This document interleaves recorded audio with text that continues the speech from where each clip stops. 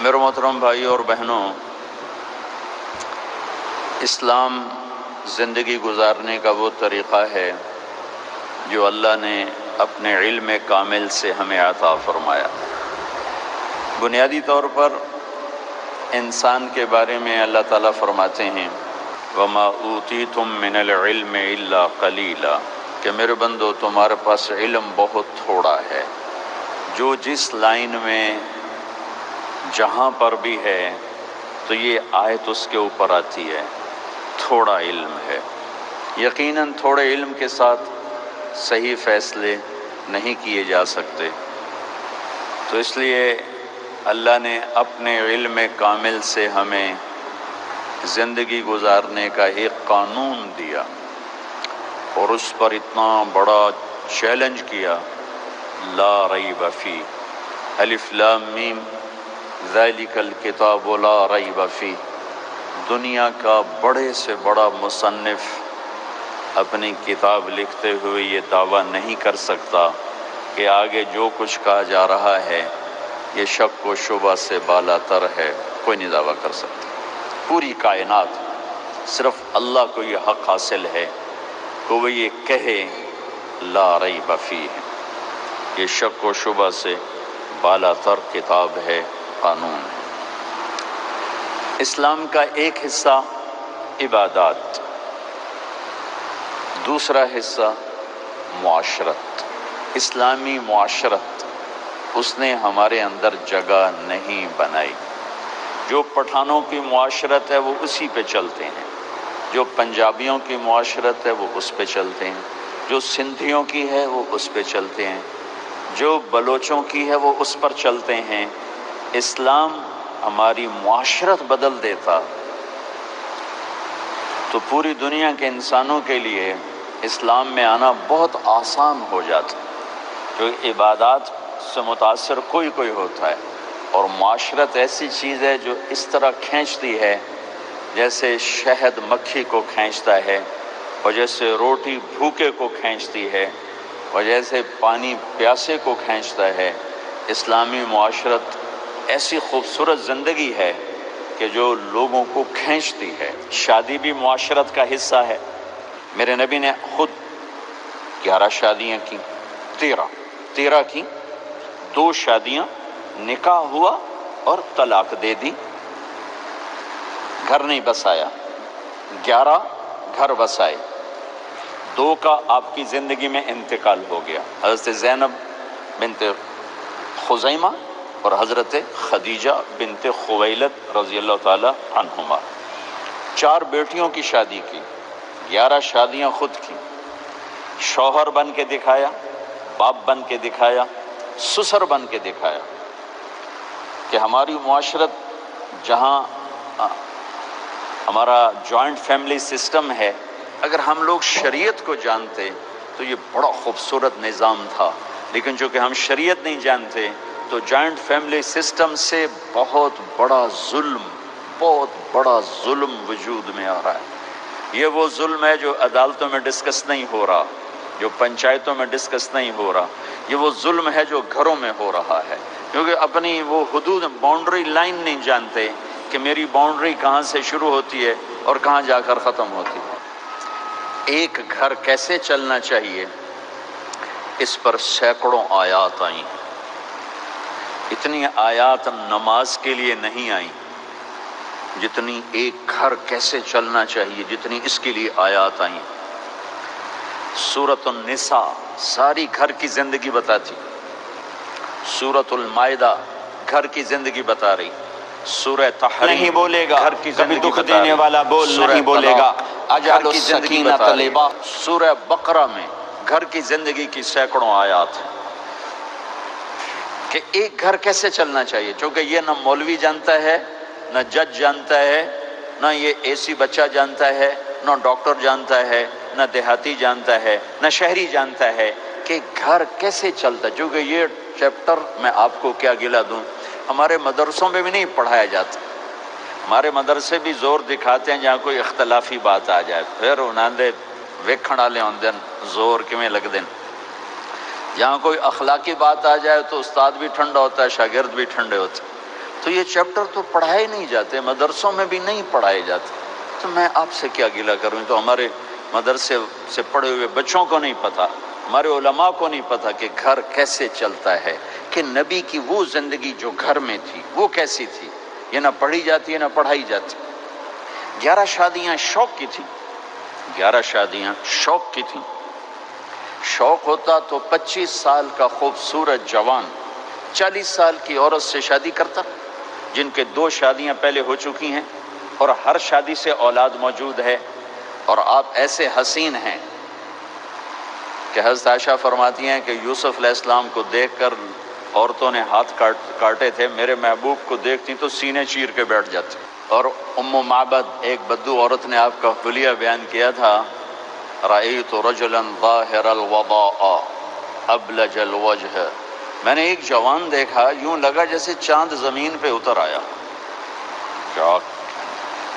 کیا کہنے، لم تعبہ سجلا لم تزری بہ سعلا، نہ پیٹ آگے نکلا ہوا نہ سر کے بال اڑے ہوئے، حسین دیکھتے ہی نظروں میں جچ جانے والا، وسیم جتنا دیکھوں اتنا دیکھنے کا شوق بڑھتا چلا جائے، قسیم جدھر سے دیکھوں حسن ہی حسن نظر آئے، ان تکلم علیہ البہا، بولے تو نور چھا جائے، ان سکت علیہ الوقار، چپ ہوں تو وقار چھا جائے، ادعج موٹی آنکھ، اکحل سرمگی، اشکل لمبی، احور سیاہ، اہدب پلکیں دراز، فی عینیہ دعج، آنکھوں میں ایک کشش، فی صوتہ سحل، آواز میں جادو، فی عنقہ سطع، گردن سراہی دار، فی لحیتہ کفافہ، داڑھی بڑی خوبصورت، سہل الخدین، گال بڑے خوبصورت، نہ پچکے نہ ابھرے، ولیع الفم، ہونٹ جیسے گلاب کی پنکھڑی، براق الثنایا، دانت ایسے تھے مسکراتے تھے تو دانتوں سے نور نکلتا دکھائی دیتا تھا، عظیم الہامہ، بڑا سر، شدید سواد الشعر، سیاہ کالے بال، رجل الشعر، نیم گھنگریالے بال، واسع الجبین، چوڑا ماتھا، ازج الحواجب، بھمیں گول کمان جیسی، اشم، ناک یہاں سے اٹھا، اقن العرنین، آگے سے باریک، لہو نور یعلوہ، یہاں نور جگمگ جگمگ کرتا رہتا تھا، ان فرقت عقیقت و فرق و الا فلا، جب کبھی مانگ نکالتے، کبھی نکالتے تھے کبھی نہیں نکالتے تھے، جب کبھی مانگ نکالتے اور پگڑی شریف اتارتے، ٹوپی اتارتے تو مانگ سے نور نکلتا نظر آتا تھا۔ ایسے جوان کو لڑکی نہیں ملے گی، ایسا حسن و جمال۔ ام عائشہ رضی اللہ عنہ وہ سی رہی تھی کرتا سی رہی تھی کپڑا، تو سوئی گر گئی تو کمرے میں اتنی روشنی نہیں تو اس کے یوں کر رہی تھی، اتنے میں میرے نبی اندر آئے تو آپ کے چہرے کے نور سے سوئی چمکنے لگی، ایسا حسن و جمال۔ اور 40 سال کی عورت سے شادی ہو رہی اور 25 سال ان کے ساتھ گزار دیے، 50 برس کے ہو گئے، 50 سال کے بعد 10 شادیاں، جبکہ شوق اور خواہش ختم ہوتی چلی آ رہی ہوتی ہے۔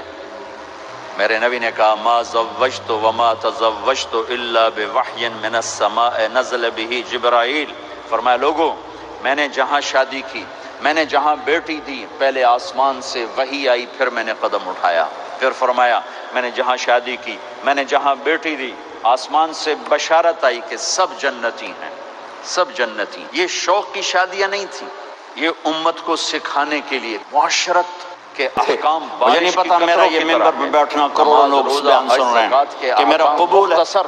5 وقت نماز پھر چھٹی، سال میں 1 دفعہ زکوٰۃ پھر چھٹی، زندگی میں 1 دفعہ حج پھر چھٹی،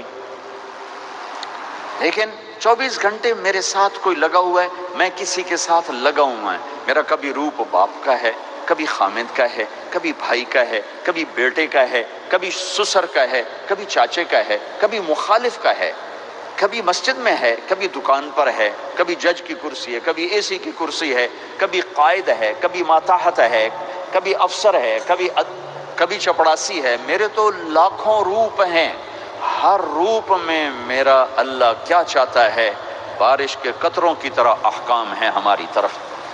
اس میں سے ایک یہ مجلس ہے شادی کی کہ ایک لڑکا اور لڑکی کیسے زندگی گزارے، یہ سمجھانے کے لیے، خامند اور بیوی کیسے زندگی گزاریں یہ سمجھانے کے لیے میرے نبی نے 11 شادیاں کی، اور اپنی عرب کی معاشرت کو توڑ کر اپنی معاشرت ان پر نافذ فرمائی اور اپنی خوبصورت زندگی ان تک پہنچائی۔ عرب میں عورت کو ذلیل سمجھا جاتا تھا، اب بھی کوئی خاص عزت کوئی نہیں ہے، تو میرے نبی نے فرمایا خیرکم خیرکم لأہلہ، سب سے بہترین مسلمان وہ ہے جو بیوی سے اچھا سلوک کرتا ہو۔ وما انا خیر لأہلی، اور تم سب میں میرا سلوک اپنی بیویوں کے ساتھ سب سے اچھا ہے، سب سے اچھا ہے۔ آپ مجلس میں تشریف فرما ہیں، تنہا نہیں بیٹھے ہوئے، لوگ بیٹھے ہوئے ہیں۔ ایک صحابی پوچھتے ہیں یا رسول اللہ آپ کو سب سے زیادہ کس سے محبت؟ آپ کو سب سے زیادہ کس سے محبت؟ سبحان اللہ، کیا زندگی سمجھائی ہے میرے نبی نے۔ بھائیو کچھ سیرت پڑھا کرو اللہ کے واسطے، صرف اخبار دے مگر ہی نہ لگے رہا کرو، میرے نبی کی زندگی کچھ پڑھا کرو، صحابہ کی زندگی پڑھا کرو، صحابیات کی زندگی پڑھا کرو۔ میرے نبی سے مسجد میں الگ نہیں، اکیلے نہیں، مسجد میں لوگوں کے سامنے ایک شخص پوچھتے ہیں یا رسول اللہ آپ کو سب سے زیادہ کس سے محبت ہے؟ آپ نے کہا عائشہ سے۔ ہمارے ماحول میں کوئی یہ کہہ سکتا ہے مجھے اپنی بیوی سے سب سے زیادہ پیار ہے؟